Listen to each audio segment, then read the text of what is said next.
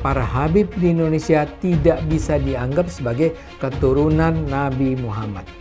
Saat ini tumbuh pertanyaan-pertanyaan di kalangan umat Islam tentang kesahihan habib sebagai keturunan Nabi Muhammad karena perilaku para habib yang dinilai bertentangan dengan ajaran Islam. Secara genetis, mustahil para habib di Indonesia itu keturunan Nabi Muhammad. Hasil studi Imaduddin dengan segera membangkitkan keterkejutan di dunia Islam di Indonesia. Manuskrip pada abad ke-9 yang ditulis oleh tokoh Ba'alawi Ali bin Abu Bakar As-Sakran merupakan hasil rekayasa. Ubaidillah dan Alawi bukanlah keturunan Nabi Muhammad. Secara terbuka, Guru Gembul juga membongkar sertifikat habib palsu, bisnis air sholawatan palsu, hingga makam palsu untuk mengeruk keuntungan. Keraguan akan habib ini semakin diperkuat dengan kemunculan Raja Dangdut Rhoma Irama. Di dalam podcastnya, Rhoma bercerita bahwa dia juga mempertanyakan status habib. Dia membantah anggapan bahwa Wali Songo, Pangeran Diponegoro, atau penggagas bendera merah putih adalah habib, seperti yang selama ini sering diutarakan. Karena itulah, Rhoma percaya bahwa habib di Indonesia adalah memang bukan keturunan Nabi Muhammad karena kelakuannya yang tidak terpuji. Rhoma bahkan meminta para habib berani melakukan tes DNA untuk membuktikan mereka memang keturunan Nabi Muhammad. Apa yang disampaikan Kiai Haji Imaduddin, Guru Gembul, dan Rhoma Irama tampaknya sukses membongkar mitos tentang keutamaan posisi habib di Indonesia. Buat saya, apa yang terjadi ini adalah berkah bagi Indonesia. Sudah saatnya masyarakat Indonesia tidak lagi percaya pada mitos-mitos tentang habib sebagai keturunan Nabi yang suci. Selamat tinggal mitos, selamat datang akal sehat. Tadinya saya nggak mau bahas soal Ba'alawi lagi.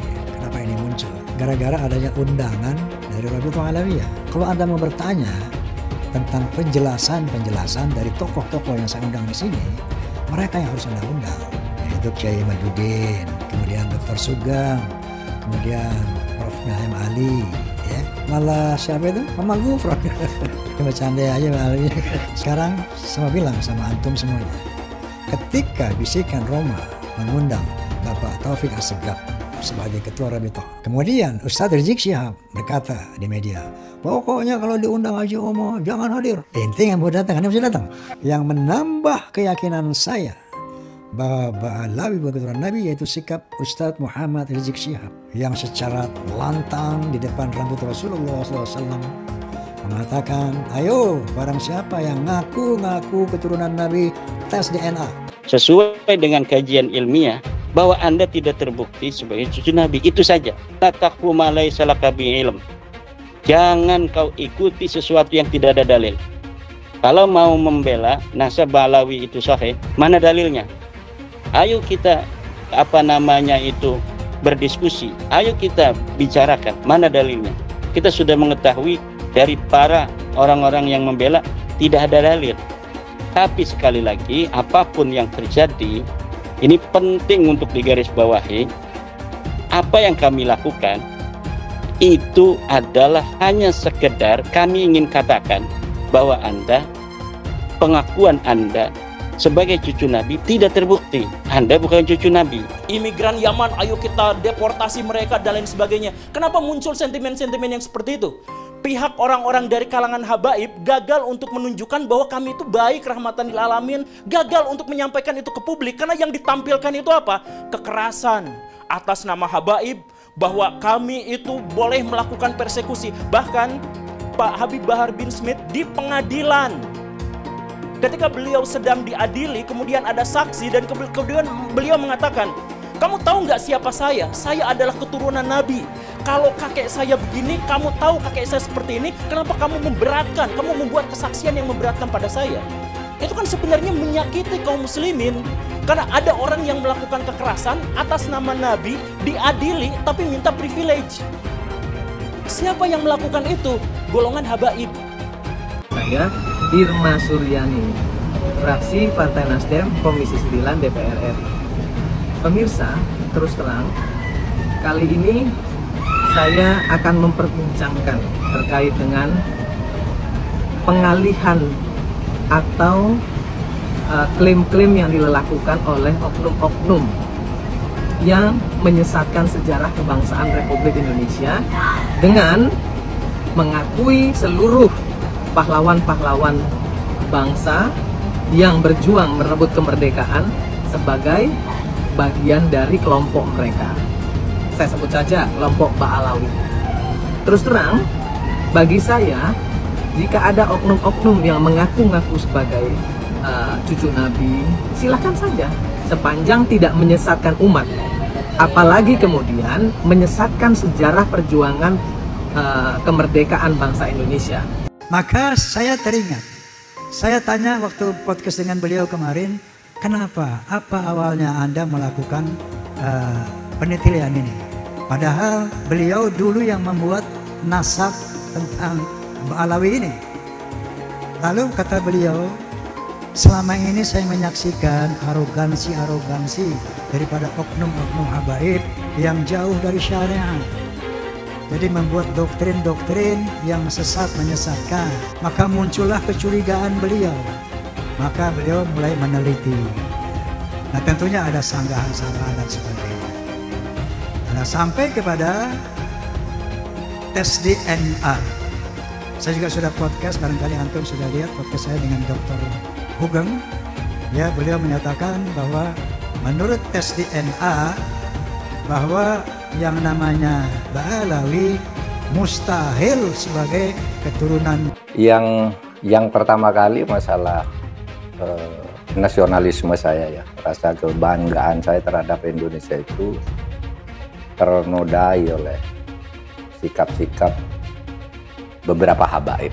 Ba'alawi kalau bagi saya bukan gitu ya, bukan turunan Nabi, karena dari filologi jelas ya, kemudian dari historik jelas, kemudian juga DNA yang terakhir itu. Saya kemudian tersinggung dari itu ketika peran ulama-ulama Indonesia dan para pejuang Indonesia itu diremehkan. Misalnya cerita bahwa proklamasi kemerdekaan Mei 17 Agustus itu karena bisikan Habib tertentu kepada Bung Karno, itu kan tidak pernah ada dalam cerita itu. Tidak ada Habib, cerita Habib ini tidak pernah ada di dalam sejarah, kecuali dulu menjadi Usman Yahya itu menjadi muftinya Belanda, yang mengharamkan kita melawan Belanda. Justru itu Habib yang jelas itu tertulis dalam sejarah. Kalau Habib berbisik ke Bung Karno kapan? Dan tidak pernah ada cerita itu. Nah kalau sekarang lalu Habib, lalu para pejuang dihabibkan semua kan, Diponegoro, siapa lagi, Imam Bonjol. Wah itu kebanggaan orang Jawa loh, Diponegoro itu. Lalu dihabibkan. Habib dari mana? Ya Habib dari mana? Gitu. Nggak ada sejarahnya. Saya nggak tahu ya Habib siapa ya yang ikut-ikut begitu itu. Berjuang kemerdekaan Indonesia itu. Artis dangdut jadi ahli nasab. Bagaimana ceritanya, kapan lu belajar nasab? Saudara udah yang aneh-aneh, ada lagi yang bisa ngomong mesemu. Gue juga bisa ngomong bebotol. Lu nggak paham gue ngomong bebotol. Astagfirullahaladzim, benar yang dikatakan Habib Ahmad tadi. Ini zaman nih omongannya udah kita pada nggak ngerti. Dia ngomong apa kita nggak paham. Yang begitu-begitu nggak usah diikutin saudara. Ulama yang lurus banyak, kiai yang lurus banyak, Habib yang lurus banyak. Alhamdulillah. Ngaku ahlus sunnah tapi nggak percaya karamah.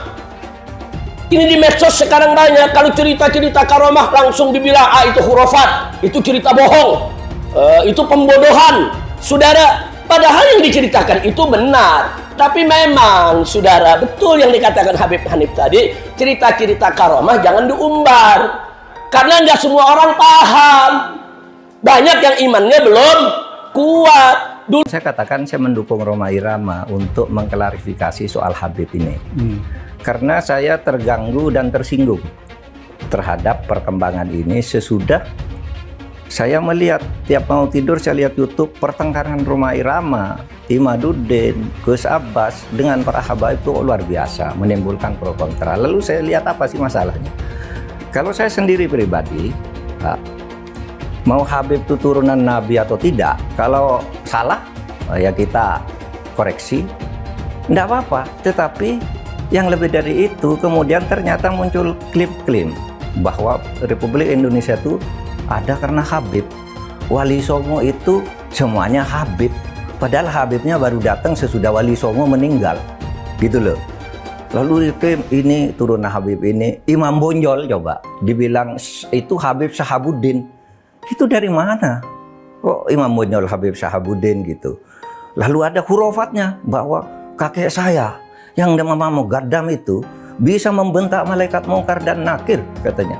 Mengklaim-klaim begitu, dan orang yang tidak tahu, orang awam banyak yang percaya karena ini Habib yang ngomong. Ada yang mengatakan kalau Indonesia ini merdeka dibutuh oleh Habib ini. Bung Karno itu tanggal 17 Agustus dibantu oleh Habib siapa gitu untuk menyatakan kemerdekaan. Loh, kita tahu yang bantu tuh Jepang. Namanya Maeda di kantor dan di Maeda. Orang Jepang juga membantu. Orang Belanda yang membantu kemerdekaan ada juga. Namanya siapa? Eduard Weizsäcker yang mendirikan 3 serangkai. Ya Belanda juga. Ya, orang India banyak. Orang Arab non Habib banyak. Orang Cina banyak. Lah kenapa? Kok lalu diklaim oleh Habib? Ya kita sendiri yang paling dominan, yang lain tuh yang membantu. Kan gitu kalau saya ya, rasa nasionalisme saya. Itulah sebabnya saya dukung Rhoma Irama. Sekarang tanya sama ente, keturunan Nabi Muhammad, para habaib. Jangankan dia pekerjaan sia-sia. Andaikan dia gila, tetap dia itu Habib. Karena ini zatiyun. Masalahnya zat, darah, daging. Orang berilmu, ketika ilmunya hilang, dia nggak dipanggil orang alim lagi. Tapi zuriyah Nabi, keturunan Nabi Muhammad, seorang Habib, Sayyid Syarif, walaupun dia gila, tapi kehabaiban dia, kesyarifan dia, kesayyidan dia nggak hilang. Kenapa? Karena darah daging, zat. Seperti itu. Jumlah keturunan Nabi di Indonesia terputus nasabnya sehingga perlu diragukan. Perdebatan soal keaslian keturunan Nabi semestinya sudah cukup menyadarkan umat bahwa silsilah dicatat oleh manusia dan karenanya bisa mengandung gaib. Terbongkarnya jual beli gelar Habib merupakan bukti lain bahwa status Habib bisa saja didapatkan dari rekayasa. Karena itu, fanatisme terhadap keturunan Nabi patut dikritik. Hal itu juga mengingkari kodrat bahwa setiap manusia terlahir setara. Negara ini dibangun dengan pajak, menjadi APBN, kemudian untuk membangun. Dan yang berkontribusi pajak itu adalah paling tinggi etnis Cina. Bukan habaib yang mengaku mulia. Lalu investasi itu dari mana yang ke Indonesia ini? 50% lebih berasal dari etnis Cina, yaitu dari Cina sendiri, Singapura, Hong Kong, dan Taiwan. Tidak tercatat dari Yaman Selatan. Mungkin kecil sekali atau bahkan tidak ada. Jadi, kalau ngomong mulia-mulia, itu siapa yang lebih mulia dalam berkontribusi membangun negara ini, menyediakan jutaan lapangan pekerjaan, mengasih pekerjaan kepada pribumi, pada makan, pada sekolah. Oleh karena itu bosen gua dengan klaim Habib-Habib yang mengaku keturunan Kanjeng Nabi Muhammad Sallallahu Alaihi Wasallam. Lebih baik kau memberikan kegiatan yang nyata, berkontribusi terhadap pembangunan negara, itu lebih rasional daripada mengaku-ngaku, daripada menyombongkan diri, daripada merasa dirimu lebih mulia. Karena kebiasaan kamu menganggap pribumi ahwal keturunan Yaman yang sekarang ini berusaha mengajari kita untuk membenci negeri sendiri, Ibu Pertiwi ini. Janganlah mereka kita anggap sebagai saudara kita, karena mereka akan menjerumuskan kita, penduduk pribumi ini yang selalu mencintai saudara-saudara sendiri di negeri ini meskipun berbeda-beda, terutama kepada orang-orang keturunan Yaman yang selama ini saya pantau dengan kepingin menjadi penguasa dan kepingin menjadi penikmat hidup di Indonesia ini, tapi mereka berusaha mengacaukan kita. Ini akan menjadikan negara kita hancur nantinya. Untuk itu saya mengucapkan lagi kepada turunan-turunan Yaman, tolong Anda di media sosial itu terlalu sembrono dalam omongan dan tutur kata, itu tidak ada menyejukkan hati bagi kami seorang pribumi Indonesia tercinta ini. Di Indonesia ini belum ada yang terbukti secara ilmiah bahwa dia adalah cucu dari baginda Nabi besar Muhammad sallallahu alaihi wasallam. Maka siapa saja yang mengaku sebagai cucu baginda Nabi ingin dipercaya, silahkan adakan tes DNA dan kita akan percaya dia menjadikan umat Nabi Muhammad dijadikan sebagai budak, bukan diangkat derajatnya, tapi dijadikan sebagai budak-budak manusia, diajak demo yang tidak ada manfaatnya, bukan demi agama, bukan demi Rasulullah, bukan demi apapun yang bermanfaat bagi yang diajak, tetapi hanya demi namanya semata. Maka ini memanfaatkan umat Islam untuk kepentingan pribadi. Para ulama tidak boleh diam lagi. Jangan lupa, umat Islam di jagat raya salatnya tidak akan diterima oleh Allah Subhanahu wa Ta'ala kalau tidak mau mendoakan Habib. Umat Islam mulai gaya, mulai mengkoreksi Habibnya, mulai mengkoreksi ulama-ulama dari anak cucu Nabi Muhammad SAW. Orang yang seperti itu mirip dengan iblis. Sekarang ini lagi rame inian, Gus, ada Gus A, B, C, D, wah hasil habaib kena buah, rame anak puyeng. Udah bodoh. Bodoh amat, biarin aja Beb.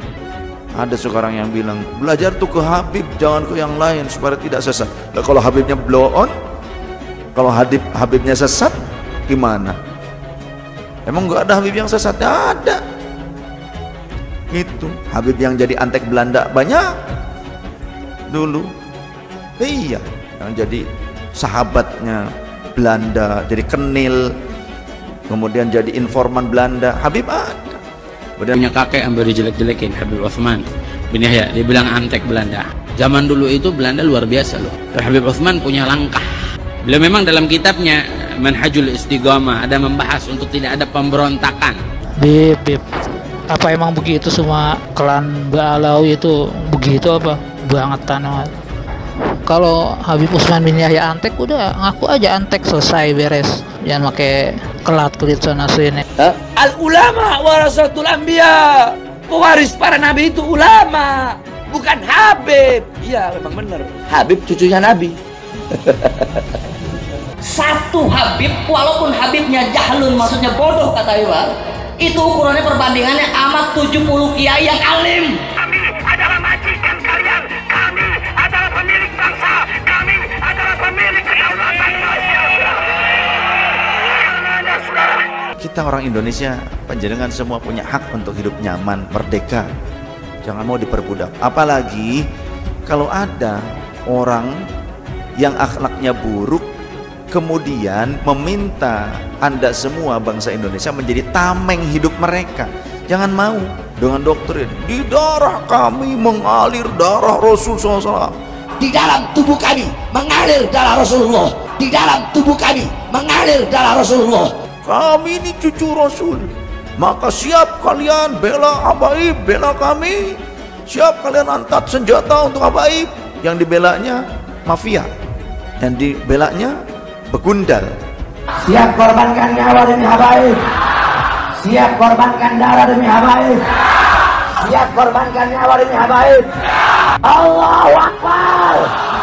ternyata banyak sekali ulama-ulama gadungan di Indonesia atau ulama palsu yang meraup keuntungan yang sangat besar dengan berjualan agama itu, dengan ceramah di mana-mana dan sebagainya. Ternyata Pak Habib Bahar tidak bisa membaca Arab gundul. Jadi pas diminta membaca, gagap sekali gitu, panik gitu. Oh, ayo, gimana ya? Cuman yang agak uniknya itu adalah selain sangat belepotan, sangat gelagapan, ternyata membacanya juga dari kiri ke kanan. MUI, di mana MUI? Percayalah, MUI itu hanya, ya sampai sejauh yang kita ketahui ya, kita belum mengenal ada MUI itu yang misalkan melawan ulama yang menyesatkan atau apa kayak gitu, ya dibiarkan aja, biasa-biasa aja gitu. Kecuali yang kecil-kecil. Kalau yang kecil-kecil ya mereka beranilah bertindak. Tapi kalau misalkan yang sudah punya masa besar dan sebagainya, ya mereka diam aja. Ustadz yang labelnya ulama gitu, apalagi yang kaya raya, itu senyap. Baraya nggak hafal dalil juga nggak apa-apa. Banyak kan ustadz yang kayak gitu. Baraya nggak bisa baca Quran, nggak bisa Arab gundul juga, ya nggak apa-apa. Mereka nanti mau menista agama kayak, mereka nanti mau menghujat agama, mau membuat agama ini menjadi keruh, menjadi agama itu menjadi mencekam, menjadi sering menghujat, menjudge dan lain sebagainya. Ya itu kan gara-gara ulama-ulama gadungan yang seperti itu kan. Yani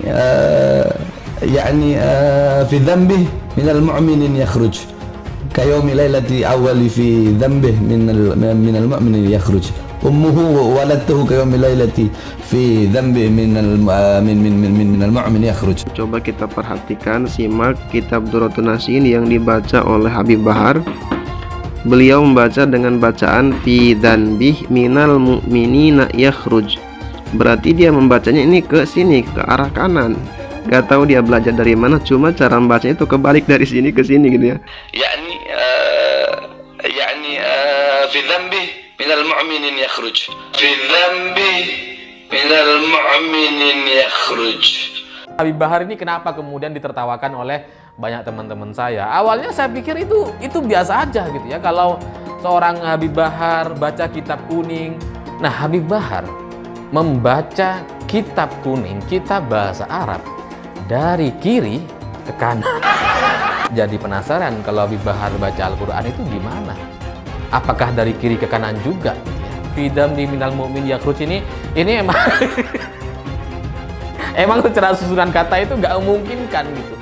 Tuhan menakdirkan dia untuk dibuka aibnya di depan Refli Harun dan disaksikan oleh semua orang, dan kita akhirnya tahu bahwa Bahar nggak bisa baca kitab. Kalau dari sini gitu ya, setelah ini masih ada orang ngikutin Habib Bahar, saya bingung itu karena apa. Dari sisi keilmuan dia nggak ada, dari sisi nasab sudah dipertanyakan dan kemudian diragukan karena nasabnya terputus, nasab Ba'alawi. Dari sisi pengetahuan keilmuan juga jelas diragukan karena nggak bisa baca kitab. Jadi kalian mau ngikut soal apanya? Menurut saya, Indonesia terancam oleh kelompok-kelompok Islam konservatif yang berpikiran tertutup dan tidak mau menerima keberagaman. Sebagian umat Islam percaya keturunan Nabi Muhammad pasti bersih dari dosa, kesalahan, dan kejahatan. Kata-kata dan perilakunya harus dijadikan teladan. Dengan segenap atribut yang dibawanya itu, nama Habib Bahar menjadi terkenal. Bukan cuma soal kehabiban yang dipersoalkan, cara membaca Bahar itu kacau, belepotan, salah, dan membingungkan.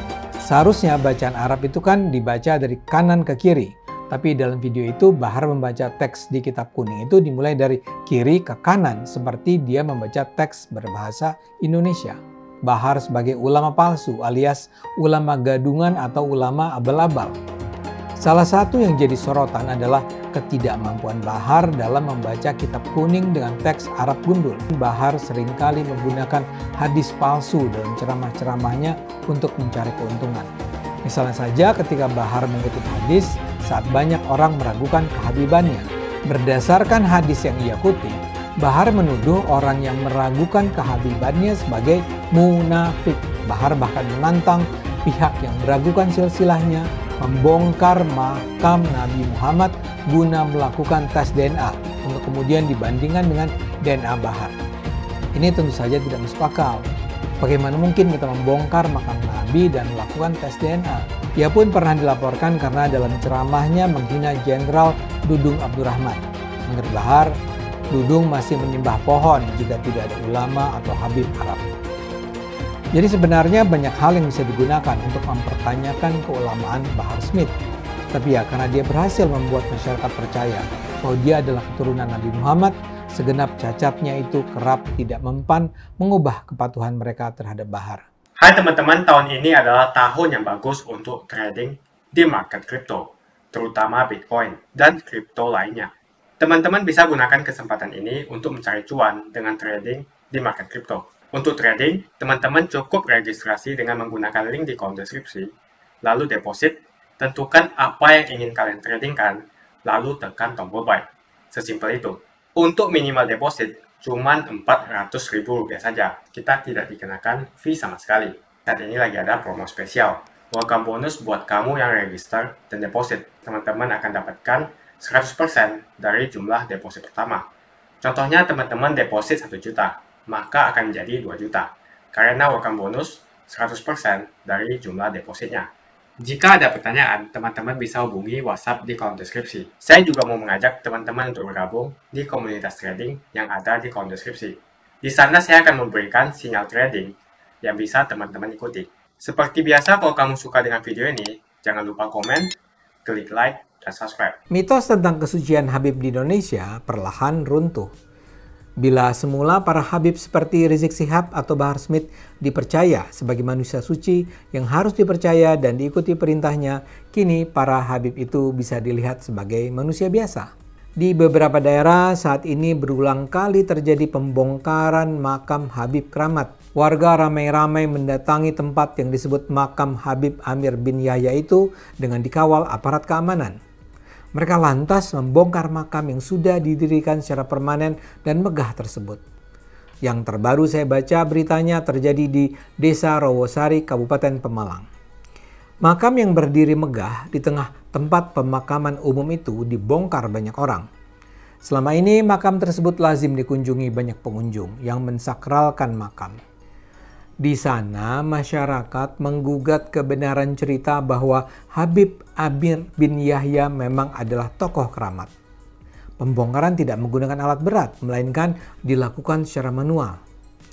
Tidak terlihat ada aksi perlawanan dari pihak yang membangun atau yang mengklaim memiliki makam tersebut.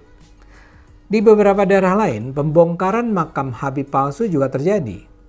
Pembongkaran makam ini adalah bagian dari gejala lebih besar pembongkaran kepalsuan tentang Habib sebagai keturunan Nabi Muhammad. Saat ini pembongkaran kepalsuan terjadi di mana-mana.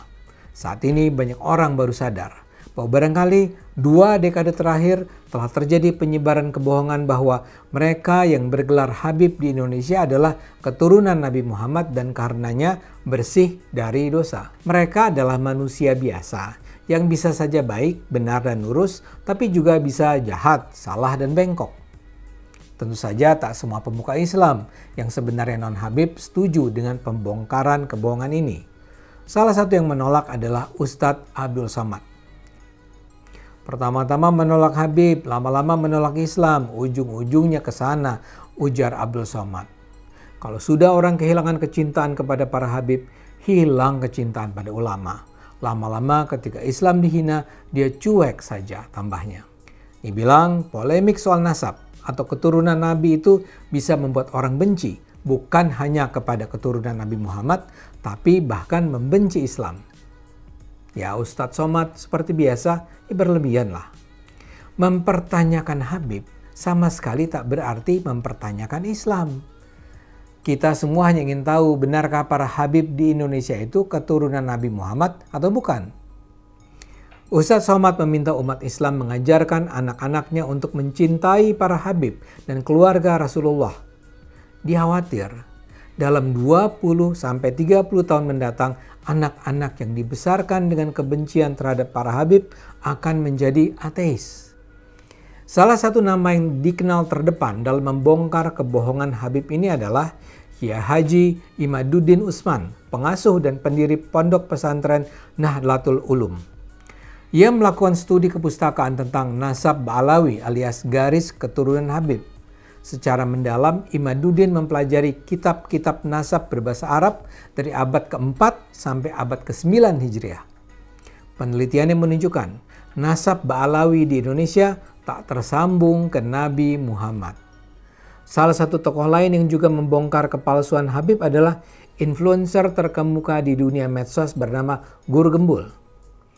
Melalui postingannya dan juga presentasinya di berbagai acara diskusi offline, Guru tidaklah mempertanyakan validitas hubungan darah antara para Habib dengan Nabi Muhammad, tapi dia lebih mempertanyakan perilaku sebagian Habib yang sangat jauh dari kategori akhlak mulia yang seharusnya ditampilkan keturunan Nabi. Mereka dengan mudah melakukan persekusi dan kekerasan, intimidasi terhadap orang lain. Para Habib itu begitu saja mengeluarkan pernyataan-pernyataan kebencian, caci maki, dan kata-kata kotor. Secara terbuka, Guru Gembul juga membongkar sertifikat Habib palsu, bisnis air sholawatan palsu, hingga makam palsu untuk mengeruk keuntungan. Guru memberi contoh bagaimana para Habib palsu itu menawarkan air yang sudah dibacakan doa atau disebut juga disolawati oleh sang Habib kepada para netizen. Harganya bisa sampai 10 juta rupiah. Dia menegaskan, saat ini tumbuh pertanyaan-pertanyaan di kalangan umat Islam tentang kesahihan Habib sebagai keturunan Nabi Muhammad karena perilaku para Habib yang dinilai bertentangan dengan ajaran Islam. Ada anggapan seharusnya keturunan Nabi Muhammad bersih dari dosa. Namun para Habib seperti Habib Rizik Syihab atau Habib Bahar Smith justru melanggar ajaran Islam. Kehadiran tokoh-tokoh seperti Rizik dan Bahar Smith merusak citra mereka yang dianggap keturunan Nabi. Umat Islam sebenarnya ingin menolak pernyataan-pernyataan Rizik atau Bahar Smith, tapi karena mereka dianggap keturunan Nabi Muhammad, masyarakat jadi enggan bersuara. Imad menduga manuskrip pada abad ke-9 yang ditulis oleh tokoh Ba'alawi Ali bin Abu Bakar As-Sakran merupakan hasil rekayasa. Imad menyimpulkan, Ubaidillah dan Alawi bukanlah keturunan Nabi Muhammad.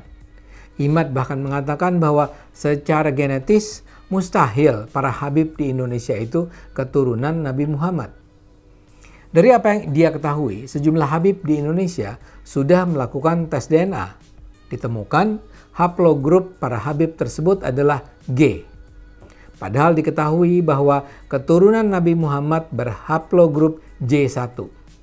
Haplogrup adalah sekelompok kromosom tunggal atau untayan DNA tunggal yang memiliki nenek moyang sama. Dengan demikian, karena perbedaan haplogrup tersebut, para Habib di Indonesia tidak bisa dianggap sebagai keturunan Nabi Muhammad. Hasil studi Imaduddin dengan segera membangkitkan keterkejutan di dunia Islam di Indonesia. Rasa hormat terhadap para Habib pun perlahan memudar. Keraguan akan Habib ini semakin diperkuat dengan kemunculan Raja Dangdut Rhoma Irama. Di dalam podcastnya, Rhoma bercerita bahwa dia juga mempertanyakan status Habib. Dia membantah anggapan bahwa Wali Songo, Pangeran Diponegoro, atau penggagas bendera merah putih adalah Habib, seperti yang selama ini sering diutarakan. Sebenarnya di Indonesia ada Rabitah Alawiyah yang dianggap punya otoritas memberi legitimasi pewaris garis keturunan Nabi Muhammad. Lembaga yang didirikan pada tahun 1928 ini juga memiliki pelayanan untuk pencatatan silsilah keturunan Nabi Muhammad. Tapi dalam keriuhan gugatan tentang Habib kali ini, Rabitah hampir-hampir tak bersuara. Rabitah selama ini juga tidak bersuara tentang perilaku Rizik Syihab ataupun Bahar Smith yang memberi nilai tercela pada Habib di Indonesia. Bungkamnya mereka turut menciptakan keraguan tentang keoriginalan dan kesalehan para Habib. Rhoma juga bercerita bahwa dia pernah ditawari gelar Habib dan memperoleh sertifikat Habib dengan biaya tertentu. Karena itulah, Rhoma percaya bahwa Habib di Indonesia adalah memang bukan keturunan Nabi Muhammad karena kelakuannya yang tidak terpuji. Rhoma bahkan meminta para Habib berani melakukan tes DNA untuk membuktikan mereka memang keturunan Nabi Muhammad. Apa yang disampaikan Kiai Haji Imaduddin, Guru Gembul, dan Rhoma Irama tampaknya sukses membongkar mitos tentang keutamaan posisi Habib di Indonesia. Buat saya, apa yang terjadi ini adalah berkah bagi Indonesia. Sudah saatnya masyarakat Indonesia tidak lagi percaya pada mitos-mitos tentang Habib sebagai keturunan Nabi yang suci, perkasa, dan harus dipercaya. Selamat tinggal mitos, selamat datang akal sehat. Habib-habib ini sering sekali menggelar aksi unjuk rasa yang dinamakan sebagai aksi bela rakyat. Rakyat yang mana yang kamu bela? Lagian tujuan dari demo itu untuk mendesak Presiden Jokowi untuk turun dari jabatannya. Yang jelas dalam video tersebut, Hanif Alatas meneriakkan bahwa dia adalah majikan. Warga yang pribumi dikatakan sebagai budak oleh Habib dari Yaman. Cek dulu dong apakah kamu memang Habib asli. Para pengikut dan umatnya lebih parah lagi, mau saja dijadikan budak oleh Hanif Alatas. Pribumi harus bangkit, jangan mau lagi diinjak-injak oleh Arab Yaman yang ngaku-ngaku sebagai Habib. Saya mengajak para pribumi untuk bangkit, memiliki jiwa nasionalisme, rasa persatuan, dan kesatuan yang tinggi. Jangan mau lagi dikibuli oleh orang-orang seperti Bahar Smith dan Rizik Syihab yang ngaku-ngaku sebagai Habib. Kebangkitan pribumi ini merupakan langkah untuk mengajak rakyat Indonesia memiliki kesadaran agar mampu memperjuangkan Indonesia untuk tidak menjadi budak bangsa lain, terutama Arab Yaman. Orang-orang seperti Bahar dan Rizik Syihab, mereka ngaku-ngaku sebagai Habib. Bisa saja mereka Habib palsu, karena tidak ada pembuktian cek keturunan bahwa betul mereka adalah keturunan Nabi. Jangan terus mengibuli masyarakat dengan menjual nazab.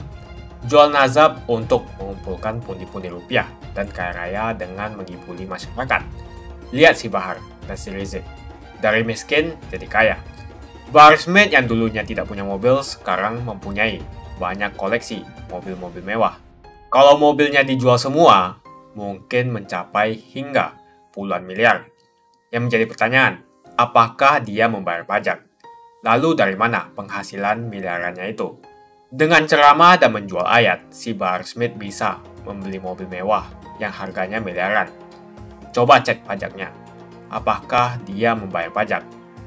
Tidak pantas seorang mengaku cucu Nabi, tapi kelakuannya tidak ada kesopanan sama sekali. Ada juga murid dari Bahar Smith yang mengatakan satu Habib bodoh sama dengan 70 Kiai Alim.